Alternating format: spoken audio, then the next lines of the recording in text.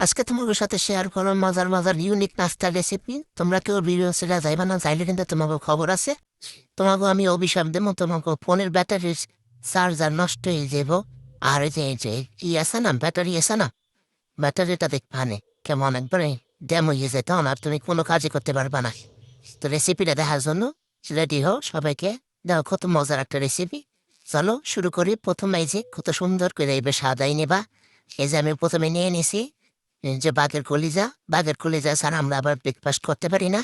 তাই যে আর একটু নিয়ে নিলাম এই যে আটাটা আমি মুখটা খেতে চাইয়ে তারপরে এই মেশিন নিয়ে তারপরে ইয়ে করে আনছি, ভাঙাইয়ে নিয়ে এসি।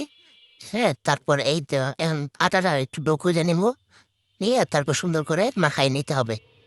আর ওই যে বাঘের কলিজা মনে করো আফ্রিকার জঙ্গলে গিয়ে তারপর তোমাদের ভাইয়ে তারপর ওই যে বাঘটা ওই শিকার পরে কলিজাটা নিয়ে আসছে, কারণ কলিজা ছাড়া সে আবার ব্রেকফাস্ট করতে পারে না। তাই যে কলিজাটা সুন্দরভাবে রান্না করতে বসাই দেবো। আর এই যে আটাটাও মাখাই নিলাম। এখন চুলায় দিয়ে দিলাম পাতিলটা দিয়ে তারপরে এই যে এখন আমি এর মধ্যে দিয়ে দেবো তেল। তেল দিয়ে তারপরে এই যে বাদবাকি যেগুলো মশলাপাতি আসে সেগুলো দিতে হবে। দিয়ে দিলাম এই আদা রসুন বাটা আর পেঁয়াজ বাটা, এগুলোকে ভালো করে একটু নেড়েছে নিমবা। তারপরে আমি দিয়ে দেবো এই যে পানিটা কিন্তু আমি আটলান্টিক মহাসাগর থেকে নিয়ে আসছি। তোমরা আবার মনে করো না এটা দেশি পানি। হ্যাঁ, তারপরে এগুলো সুন্দর করে মশলাপাতি দিয়ে দিবা। এই যে একটু দিয়ে দিলাম লবণ। লবণ দিয়ে তারপরে যে হলুদ গুঁড়া, মরিচ গুঁড়া, তারপরে যে ধনিয়া গুঁড়া, এগুলো সব দিয়ে দিবা আর কি, যা যা লাগে রান্না করতে সব দিয়ে দিবা। তারপরে নাড়ে চেড়ে নিবা। এই নাড়াচাড়া দেওয়ার পরে এই যে পানিটা দিয়ে দেবা। হ্যাঁ, লবণটা একটু কমই দিবা, কারণ আটলান্টিক মহাসাগরে লবণাক্ত পানি থাকে। তো এই যে পানি দিয়ে দিয়ে মশলাটা ভালো করে একটু কষিয়ে নিলাম। তারপরে এই যে বাঘের কলিজাটা যেটা আছে সেটা আমি দিয়ে দিলাম। হ্যাঁ, বাঘের কলিজা তোমরাও খাবা, কারণ বাঘের কলিজা অনেক পুষ্টিগুণ থাকে। তো এভাবে থেকে দিলাম। দেখে দেওয়ার পরে এই যে কলিজাটা সুন্দর করে কষানো হয়ে গেছে। কষানো হয়ে গেলে তারপর দিবা এই যে পানিটা কিন্তু আমি এই যে প্রশান্ত মহাসাগর থেকে নিয়ে আসছি। হ্যাঁ, প্রশান্ত মহাসাগরের পানিটা দিয়ে দিলাম, কারণ এই পানিটা অনেক টেস্টি হয় রান্না করলে। তাই যে খুব সুন্দর করে আমার কষানো হয়ে গেছে। দেখছো খুব সুন্দর একটা কালার আসছে। এরপর দু একটা দিয়ে দিলাম মরিচ। এই মরিচটা কোরিয়া থেকে আনা হয়েছে। তাই যে রান্না টান্না সুন্দর করে এই তো কমপ্লিট হয়ে যাইতেছে। এরপরে যে উঠাই নিয়ে তারপরে যে তাওয়া বসাই দিলাম চুলার মধ্যে। তারপর আমি এখন রুটি বানাই নেব। রুটি কিন্তু বেশি ছোট করতে যাবা না, এই একটা 1 কেজি ওজনে হইলেই হবে।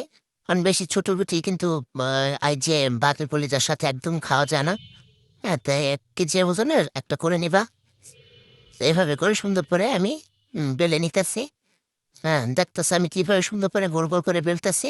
তোমরা কিন্তু এরকম গোল গোল করে বেলে নেবা। তারপরে যে উল্টাই পাল্টাই সুন্দর করে ভেজে নেবা। হ্যাঁ, ভেজে নেওয়া হয়ে গেল। তারপরে এর মধ্যে একটু তেল দিয়ে দেবা। তেল দিয়ে দিলে এটা খুব সুন্দর করে পরোটা হয়ে যাবে। তারপরে এই তো দেখো কত সুন্দর রেসিপি তোমাদের সাথে শিখিয়ে দিই। রুটি ভাজা, তারপরে এই যে রুটি ভাজার পর একটুখানি তেল দিলি এটা পরোটা হয়ে যাবে। এই যে খুব সুন্দর করে একটু তেল দিয়ে দিবা, তাইলে দেখো কত সুন্দর পরোটা হয়ে যায়। তোমাদের ভাই বলছিল যে আমাদের বাসায় যে কাজের লোক আছে দৈত্য, সেই দৈত্যটাকে দিয়ে এই যে রুটিগুলা বানাই নিতে। কিন্তু আমি ভাবলাম যে এই যে রুটিগুলা বানালে তোমরা তো আবার রেসিপি শিখতে পারত না, তাই তোমার সাথে রেসিপিটা শেয়ার করার জন্য যাতে তোমরাও শিখে খাইতে পারো, এই জন্য আমি আবার বানালাম। তো এরকম করে সবগুলো পরোটা ভাজে নেবে। তারপরে যে পরোটা ভাজে নেওয়ার হয়ে গেছে, এখন আমি এর মধ্যে দিয়ে দেবো এই যে প্যানটার মধ্যে দিয়ে দেবো একটু তেলটা দিয়ে সুন্দর করে একটু গরম করে নেব। গরম হয়ে গেছে, এখন আমি এর মধ্যে দিয়ে দিলাম এই যে ডাইনোসরের ডিম। এই যে ডাইনোসরের ডিমটা এত বেশি মজা, তোমরা ডাইনোসরের ডিম খেয়ে দেখতে পারো। ডাইনোসরের ডিম কিন্তু খেতে অনেক স্বাদ। তো এই যে একটু মরিচের গুঁড়া, একটু লবণ দিয়ে দিলাম। লবণ দিয়ে এটাকে উল্টে পাল্টে দিয়ে দিবা। হ্যাঁ, পুষ্টিকর খাবার খাবা। তাই পুষ্টিকর খাবার, হাঁস মুরগির ডিমের বেশি দিন পুষ্টিকর খাবার থাকে না, ঠিক আছে? ডাইনোসরের ডিম, তারপরে যে এই বাঘের কলিজা, এগুলো দিয়ে নাস্তা করবো, কারণ এগুলো তো অনেক পুষ্টিগুণ আছে। হ্যাঁ, তারপরে তো রেসিপি টিসিপি বানানো শেষ হয়ে গেছে। এখন পরিবেশন করব। এই তো প্লেটে নিয়ে নিলাম ডিম, আর নিয়ে নিলাম কলিজা, আর এখানে দিয়ে দিলাম পরোটা। দেখো কত সুন্দর লাগছে। রেসিপিটা দেখে খেতে ইচ্ছা করবে, তোমরা এরকম বাসায় বানিয়ে খাবা। আর ভিডিওটা কেমন লাগলো কমেন্ট করে জানাবা। ভালো লাগলে আবার লাইক কমেন্ট শেয়ার করতে ভুলবা না কিন্তু, নাহলে কিন্তু এমন মজাদার রেসিপি তোমাদের সাথে আর শেয়ার করবো না। নেক্সট ভিডিওতে কি রান্না করা যায় তোমরা কিন্তু কমেন্ট করে জানাবা। সবাই ভালো থাকবা, সুস্থ থাকবা, আর আমার এই মজার মজার রেসিপি পেতে পেজটাকে ফলো দিয়ে রাখবা। আর চ্যানেলটাকে সাবস্ক্রাইব করে রাখবা। সবাই ভালো থাকবা, সুস্থ থাকবা। আল্লাহ হাফেজ।